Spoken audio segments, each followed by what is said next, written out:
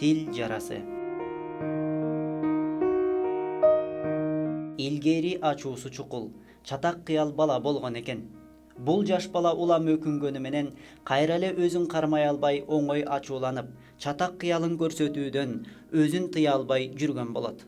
Бир күнү кылган бир жаман кыялынын артынан ачуусу басылып, өкүнүү сезими башталган кезде атасы уулуна бир баштык мык карматты да, жинденип сабырын кармай албай калган учурунда бакчадагы тактага барып бир мык кагып туруусун сунуштайт. Биринчи күнү эле бала 37 мык кагат. Күндөр, апталар өткөн сайын бала өзүн карманууну үйрөнө баштайт. Баштагыдан да аз мык кага баштайт. Бара-бара өзүн өзү кармануунун тактайга мык кагуудан да жеңил экенин байкай баштады. Бир күнү эч бир мык каккан жок. Муну атасына барып айтты. Бул жолу атасы уулуна өзүн өзү кармана алган ар бир окуянын акырында барып, ошол мыктардын бирөөнү сууруп туруусун айтты. Арадан күндөр өтүп, эң акыркы мыкты суурганда муну да атасына барып айтты.